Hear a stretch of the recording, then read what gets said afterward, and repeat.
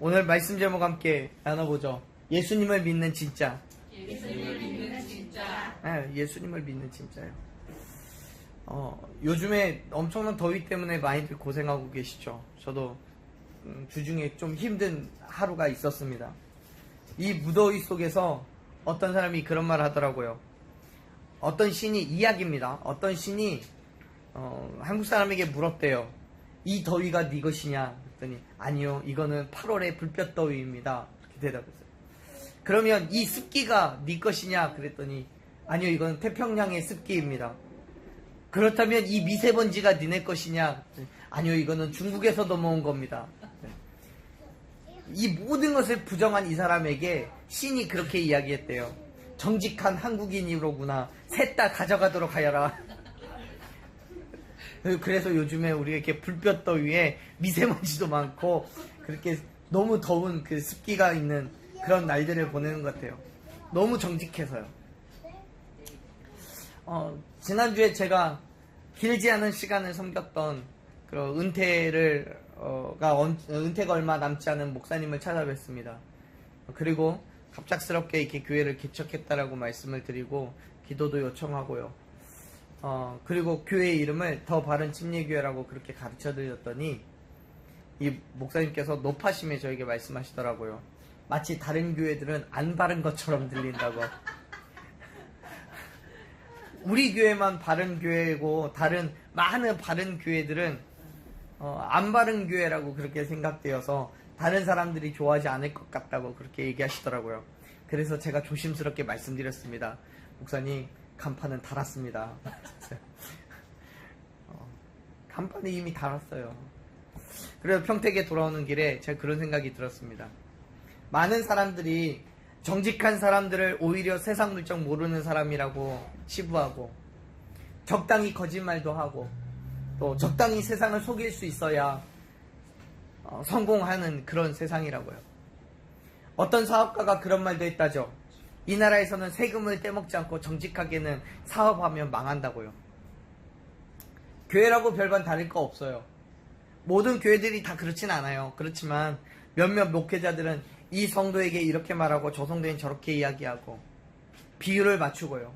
건강하지 못한 교회들도 있고요.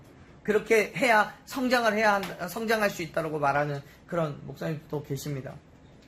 목회자들이라고 해서 모두 다 정직하거나 건강한 게 아니에요. 마치 예배를 그리고 설교를 영업하듯이 사달라고 혹시 들어달라고 쪼르는 그런 목사님들도 있습니다. 그렇다고 저도 그래야 되고 또 우리 교회도 그래야 되나요? 그건 아니잖아요. 저는 결국 그렇게 하고 싶지 않습니다. 모든 교회가 그렇게 해야 성장한다고 말하더라도 저는 과감하게 하나님의 길이 아닌 거는 포기하겠습니다. 물론 그런 결단 속에 불안함이 없는 거 아니에요. 불안함이 있습니다. 걱정도 있고요. 근심이 없는 게 아니에요. 하지만 하나님의 발음을 따라서 이 땅에 하나님의 공의를 선포하며 나아가는 그 길이 모든 것을 포기하는 길이라면 저는 기꺼이 감당하려는 생각을 갖고 있습니다. 사실 이러한 제가 결단을 선언하는 건 제가 그렇게 하겠다라는 각오도 있겠지만 더 나아가서는 여러분도 함께 그 힘듦과 어려움을 감당하셔야 된다는 걸 말씀드리는 거예요. 힘듦도 알고요. 어려울 것도 각오하고 가는 그 길이라고 가르쳐 드리는 거고요. 그럼에도 불구하고 여러분 믿음으로 동참하시라고 강요하는 겁니다. 해 주실 거죠? 힘이 목소리에 힘이 없어요. 그 길에 서 있는 사람이 바로 예수님을 믿는 사람임을 믿으시길 바랍니다. 그리고 예수님은 그러한 당신의 자녀들을 그냥 두고 보지 않으세요. 반드시 축복하시고 위로하심을 믿으시길 바랍니다. 성경에서는 예수님께서 우리에게 이렇게 얘기하세요. 14장 우리가 함께 읽었던 14장의 1절 말씀을 보면 예수님 그 뭐라고 얘기하세요? 한 1절 말씀을 같이 읽어볼까요? 너희는 마음에 근심하지 말라. 하나님을 믿으니 또 나를 믿으라. 아멘. 너희는 근심을 하지 말라고 해요. 우리에게 말씀하세요. 근심하지 말라고요. 뭘 하라고? 근심하지 말고 뭐 하라고요? 나를 믿으라고요. 나만 믿으면 된다라고요. 예수님께서는 당신이 바리새인들과 서기관들에게 고난받으실 것과 그리고 십자가에서 죽으시고 부활하실 것을 선언하신 이후에 혼란과 두려움에 빠진 제자들을 이 말씀으로 위로하시고 격려하고 계시는 거예요. 뭐라고요? 마음에 근심하지 말라고요. 하나님을 믿는다면 하나님의 아들 된 나, 곧 예수 그리스도를 믿으라고요. 그렇습니다. 우리가 예수 그리스도를 믿을 때 그 믿음으로 인하여서 우리는 근심하지 않을 수 있습니다. 그것은 예수님을 믿는 자들에게 주시는 특권이에요. 모든 이들에게 주어진 게 아니라 오직 예수님을 믿는 그들에게만 주어진 하나님의 놀라신 축복임을 믿으시길 바랍니다. 왜요? 예수님께서 우리가 근심하는 것, 걱정하는 것, 염려하는 것, 그 모든 것들을 어떻게 해주시니까요? 책임져 주시니까요. 어떤 어려움과 고통의 순간들 속에서도 온전한 기쁨과 평안을 누릴 수 있는 건 오직 하나님께서 주시는 것이기 때문입니다. 보세요. 예수님께서는요, 제자들에게 너희들이 내가 누구인지를 보았다면 당연히 나를 보내신 아버지가 누구인지도 알았을 거라고 말씀하십니다.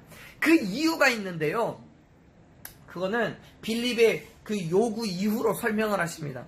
빌립이요 뭐라고 얘기하냐면 예수님을 통해서 예수님의 아버지 즉 하나님을 알았을 거라는 그 예수님의 말씀에 그렇다면 예수님 당신의 아버지를 우리에게 보여주십시오 라고 요구합니다. 빌립은 아주 단순하게 생각하는 거예요. 하나님께서 구약의 선지자들에게 그리고 모세나 여호수아에게 나타나셨던 것처럼 자신들에게도 나타났으면 좋겠다라고, 그러면 내가 지금보다도 훨씬 더 뛰어난 믿음을 가질 수 있을 거라고 생각하는 거예요. 그리고 예수님이 하나님의 아들이시라면 그 정도 하나님께 부탁할 수 없냐고 그렇게 얘기하는 거예요. 그런데 예수님은요 의외의 대답을 하시죠. 9절 말씀을 보면요 이렇게 말씀하십니다. 9절 읽습니다. 예수께서 이르시되 내가 이렇게 오래 너희와 함께 있을 때 내가 나를 알지 못하느냐? 나를 본 자는 아버지를 보았거늘 어찌하여 아버지를 보이라 하느냐? 아멘. 예수님께서는 아버지를 보여달라는 빌립의 요구에 오히려 그렇게 오랫도록 나와 함께 있었으면서도 아버지를 보지 못했냐라고 반문하세요. 사실 빌립의 입장에서 예수님의 이 말씀이 별로 이해되지 않아요. 어떻게 이해가 돼요? 왜냐하면 그의 눈으로 본 거는 예수님을 본 거지 하나님을 본 건 아니잖아요. 그런데 예수님은 그동안에 자기를 그렇게 쫓아다녔는데도 하나님을 보지 못했느냐라고 말씀하고 계시는 거예요. 그러면서 그렇게 말씀하시는 이유를 설명하죠. 뭐라고요? 10절 말씀이요. 같이 읽습니다. 내가 아버지 안에 거하고 아버지는 내 안에 계신 것을 내가 믿지 아니하느냐? 내가 너희에게 이르는 말은 스스로 하는 것이 아니라 아버지께서 내 안에 계셔서 그 일을 하시는 것이냐. 아멘. 예수님께서 이렇게 말씀하시는 거예요. 빌립아, 너는 지금까지 나와 함께 있었으면서 내가 아버지 안에 있고 아버지께서 내 안에 계신다는 걸 믿지 않았어? 내가 한 모든 말들이 내 안에 계신 아버지께서 하신 것이고 내가 한 모든 행동들이 내 안에 계신 아버지께서 하신 건데 너는 그걸 몰랐어? 내 말을 들었다면 내 행동을 보았다면 그것이 곧 내가 아니라 내 안에 계신 하나님께서 아버지께서 행하신 것이라는 것을 너는 확신하지를 못했어? 라고 얘기하는 거예요. 다시 말해서요, 지금 예수님은 지금까지 당신이 행한 그 모든 말씀들과 행함을 통해서 하나님을 드러냈다라는, 하나님을 보여주었다라는 그 놀라운 선언을 하고 계시는 거예요. 사랑하는 여러분, 만일 우리가 예수님을 믿는 사람이라면, 만일이 아니라 정말 우리가 예수님을 믿는 사람이라면 저와 여러분을 통해서 예수 그리스도가 드러나야 함을 믿으시길 바랍니다. 왜요? 갈라디아서에서 그렇게 말씀하잖아요. 내가 그리스도와 함께 십자가에 못 박혔나니 그런즉 이제는 내가 산 것이 아니요 내 안에 누가 살아요? 예수께서 사신 것이에요. 나는 죽었고 내가 예수님을 믿기로 결단한 이후로 나는 죽었고 내 안에 예수가 살아계신다면 내가 하는 모든 말들, 내가 하는 모든 행동들이 누구의 것이어야 거예요? 예수님의 것이어야 되는 거예요. 그렇다면 사는 사람들이 나를 볼 때에 누구를 봐야 되는 거예요? 예수님을 봐야 되는 거예요. 결국 우리가 예수님을 믿는다는 건 예수님께서 우리 안에 임재해 계시고 역사하신다는 겁니다. 동의하십니까? 고린도후서 13장 5절에서도 이렇게 얘기해요. 예수 그리스도께서 너희 안에 계신 줄을 너희가 스스로 알지 못하느냐고. 예수님께서는 우리 안에 이미 임재해 계시고 우리를 통해서 당신을 드러내기를 소망하고 계시는 거예요. 그렇다면 지금 예수님께서 말씀하시는 것처럼 예수님을 통해 하나님을 믿을 수 있듯이, 예수님을 통해서 하나님을 보고 믿을 수 있듯이, 저와 여러분을 통해서 다른 사람들이 예수님을 보고 믿을 수 있어야 하는 겁니다. 맞죠? 그것이 예수님을 믿는 자의 행함인 거예요. 그것이 바른 행함인 거예요. 사랑하는 여러분, 지금 여러분은 어떠한 믿음으로, 어떠한 모습으로 세상에서 살아가고 계십니까? 세상의 많은 사람들이 저와 여러분을 보면서, 나를 보면서 예수님께서 내 안에 계심을 확신하실 수 있겠습니까? 지금까지 우리는 그리스도인이라고 입으로는 고백하지만 행함은 그렇지 않았을지도 모릅니다. 다른 세상 사람들과 동일하게, 다른 불의한 그리스도인들과 동일하게 세상과 타협하고 하나님의 공의는 나의 성공을 위해서 잠시 잊고 살았는지도 모르겠습니다. 그러나 이제 여러분, 예수 그리스도를 향한 온전한 믿음으로 나아가는 저와 여러분이 되기를 간절히 축원합니다. 그 믿음이 있어야 예수 그리스도를 믿고 나를 통해서 역사하심을 또한 믿어야 예수님은 저와 여러분을 통해서 크고 놀라운 일들을 이루어 가시기 때문입니다. 맞아요. 예수님은 저와 여러분들을 통해서 크고 놀라운 일들을 이루어 가세요. 그런데 그 일이 아무에게나, 모든 사람들에게 다 주어지는 일이 아니에요. 예수님을 믿는 진짜 그리스도인들을 통해서 이루어지는 일들인 거예요. 보세요. 성경에서요, 예수님이 이렇게 말씀하세요. 12절 말씀이요. 같이 읽습니다. 내가 진실로 진실로 너희에게 이르노니 나를 믿는 자는 내가 하는 일을 그도 할 것이요 또한 그보다 큰 일도 하리니 이는 내가 아버지께로 감이라. 아멘. 예수님께서는 당신이 행한 모든 일들이 하나님께서 그 안에 계시기 때문에 행한 것인 것뿐만 아니라 예수님을 믿는 모든 사람들 또한 그 안에 하나님이 계시기 때문에 모든 일을 행할 수 있다라고 선언하세요. 그게 12절이에요. 그런데 놀라운 사실은 뭐예요? 우리가 행하는 그 일들은 예수님께서 행하셨던 일들보다 더 큰 일이라고 말씀하고 계시잖아요. 12절 말씀에 말씀하잖아요. 나를 믿는 자는 내가 하는 일을 그가 하겠지만 또한 그보다 더 큰 일도 할 거라고요. 이건요, 예수님을 믿는 사람들이 예수님께서 이 땅에서 행하신 것보다 더 큰 사명을 부여받아 행한다는 게 아니에요. 예수님이 이 땅에 오셔서 한 일이 뭐예요? 저와 여러분들을 죄에서부터 구원하시기 위해서 십자가에서 죽으시고 부활하신 거잖아요. 이보다 큰 일은 없어요. 사실 이보다 큰 일은 없어요. 하지만 지금 12절에서 말씀하고 계시는 예수님이 행하신 것보다 더 큰 일은 뭐냐면, 이제 그리스도인들이 이전에 예수님께서 행하셨던 그 일들을 이어받아서 더 넓은 지역에서 더 많은 사람들에게 하나님의 복음을 선포한다라는 그 의미를 가지고 있는 거예요. 다시 말해서 예수님께서는 오직 당신에게만 하나님께서 임재해 계시는 것이 아니라 저와 여러분에게도 동일하게 하나님께서 계시고 임재해 계시고 저와 여러분에게 하나님의 사역을 감당케 하심을 믿으시길 바랍니다. 그런데 그 모든 일들이 어떻게 시작되는 거예요? 예수 그리스도를 믿음으로써 시작되는 거예요. 예수 그리스도께서 나를 위하여 죽으시고 부활하심을 믿음으로 말미암아 예수님이 내 안에 계심을 믿으시길 바랍니다. 또한 예수님께서 저와 여러분 안에 계심으로 인하여서 저와 여러분을 통해서 하나님의 임재와 역사가 드러나게 됨을 또한 믿으시길 바랍니다. 그렇습니다.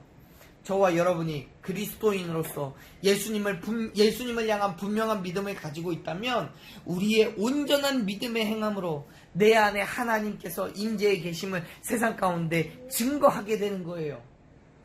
또 다른 표현으로는요, 내가 온전한 그리스도인임을 세상이 알게 된다는 거예요. 사실요, 그거는 나를 위한 게 아니에요. 하나님을 위한 거죠. 내가 세상 가운데 온전한 그리스도인이라고 세상이 알게 되면, 그렇게 내가 세상에서 그리스도인으로서 보여져서 인정받고 존중받고 존경받고 칭찬받는 것이 중요한 것이 아니라 하나님께서 지금도 살아서 역사하고 계심을 나를 통해서 세상이 알게 하기 위한 거라는 거예요. 그렇기 때문에 그리스도인은요, 예수님을 온전히 믿을 뿐만 아니라 저와 여러분을 통해서 세상에 주님을 드러내는데 주저하지 않아야 되는 거예요. 그 사명을 잘 감당해야 되는 거예요. 예수님께서요, 뭐라고 말씀하세요? 13절 말씀 한번 읽어볼게요. 13절 같이 읽습니다. 너희가 내 이름으로 무엇을 구하든지 내가 행하리니 이는 아버지로 하여금 아들로 말미암아 영광을 받으시게 하려 함이라. 아멘. 그리스도인이 예수님께 무엇을 간구하든지 예수님이 들으시고 응답하시는 그 이유가 뭐라고 얘기하시는 거예요?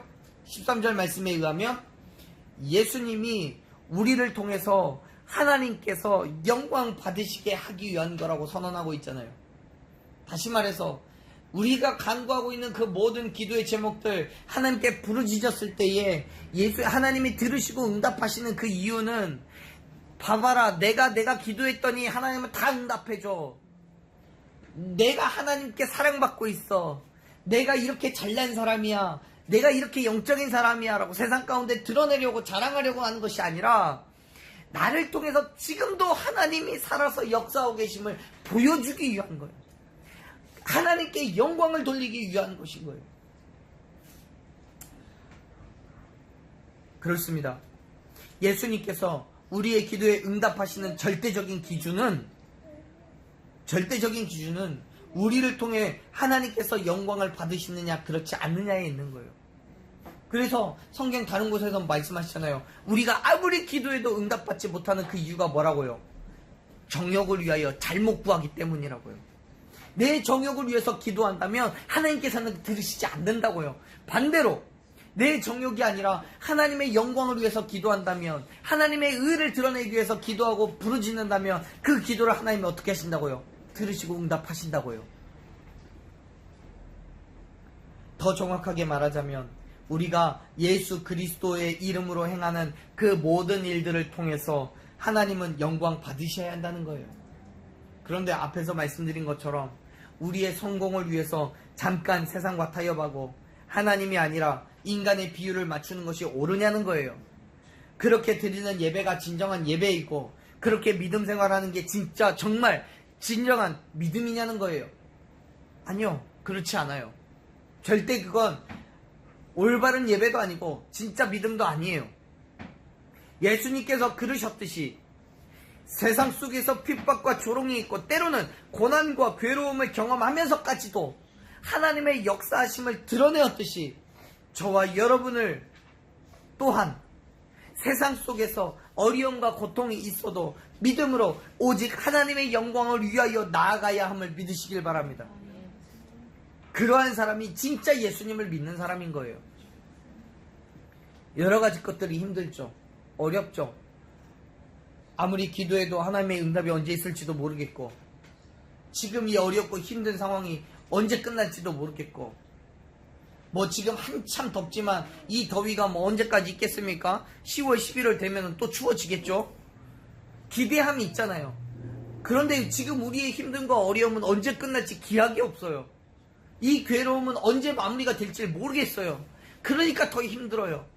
하지만 사랑하는 여러분, 지금 이 순간은 우리가 참아내고 견디어내고 예수 그리스도의 이름을 위하여서 우리의 모든 것들을 희생하고 감당한다면 하나님은 반드시 저와 여러분을 축복하시고 놀라우신 은혜로 또 정말 큰 일을 감당할 수 있도록 도와주실 줄로 믿으시길 바랍니다.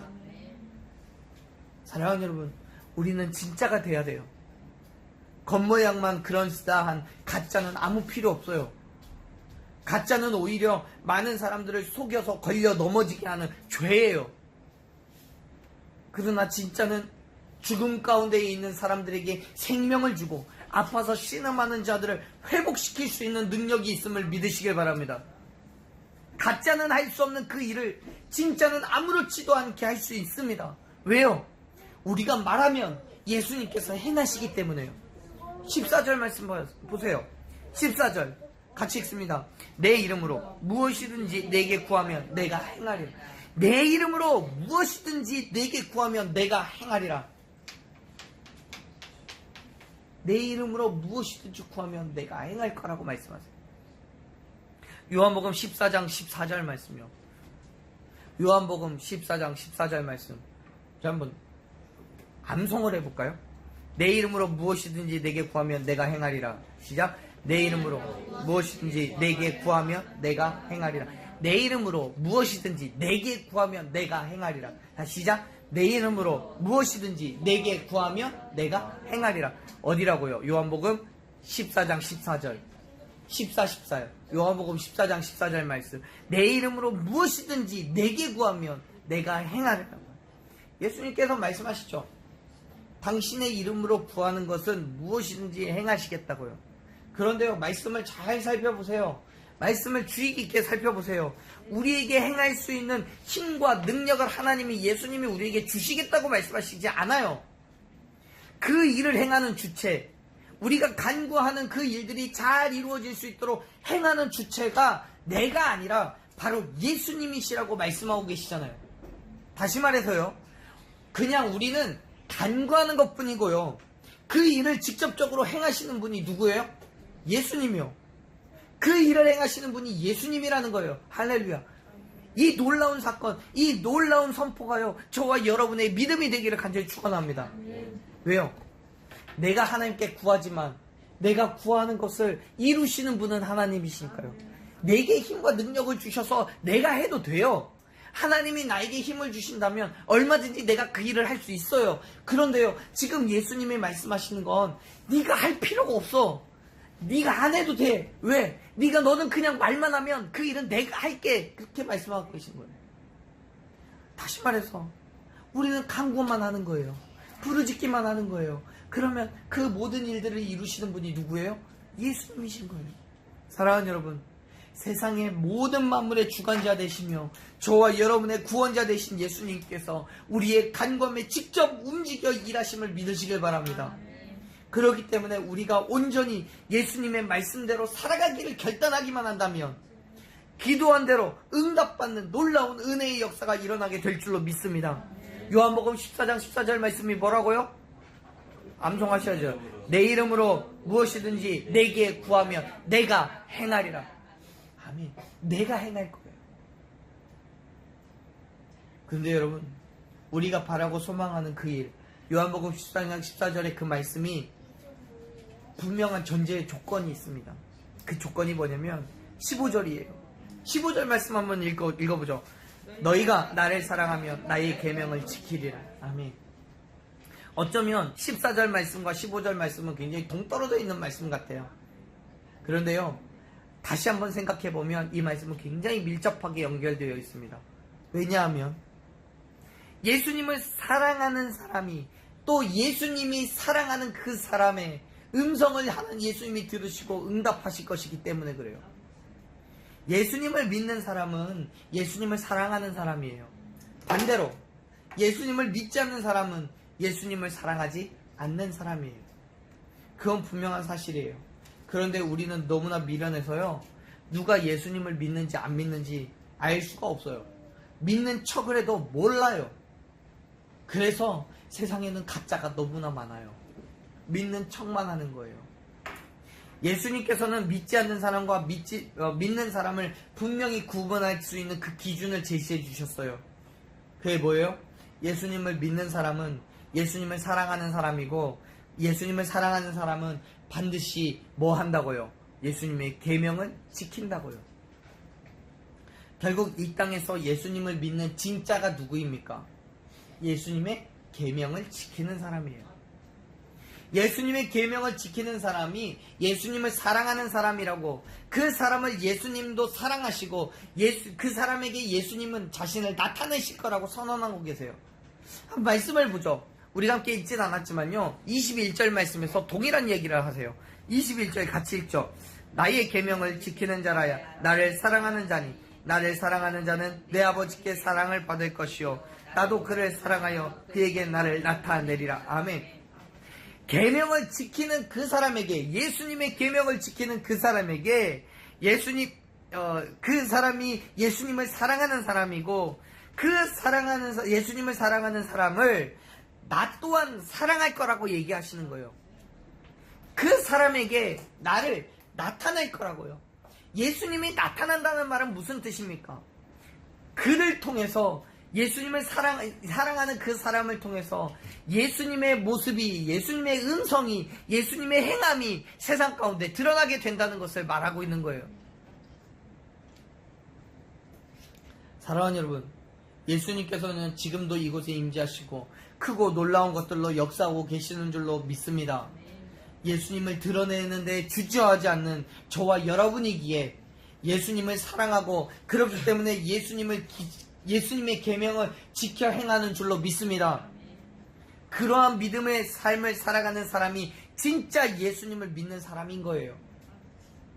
예수님께서는 분명하게 선언하셨어요. 그렇게 진짜로 예수님을 믿는 사람에게 당신을 나타내시겠다고요. 사랑하는 여러분, 바울도요 로마서에서 그렇게 권면하고 있죠.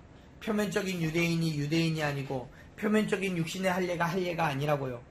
우리가 아무리 외형적으로는 교회를 다닌다라고 말하고 또 집사라고 권사라고 또는 전도사라고 목사라고 하더라도요, 외형적으로만 봉사하고 헌신하고 표면적으로만 보여지는 것에 집중한다면 결국 그건 가짜예요. 그런데요, 우리가 마음의 할례를 받고 우리의 마음에 예수 그리스도를 쫓아간다면, 예수님을 사랑하고 그의 계명을 지켜 행한다면 저와 여러분은 예수님을 믿는 진짜가 될 수 있음을 믿으시길 바랍니다.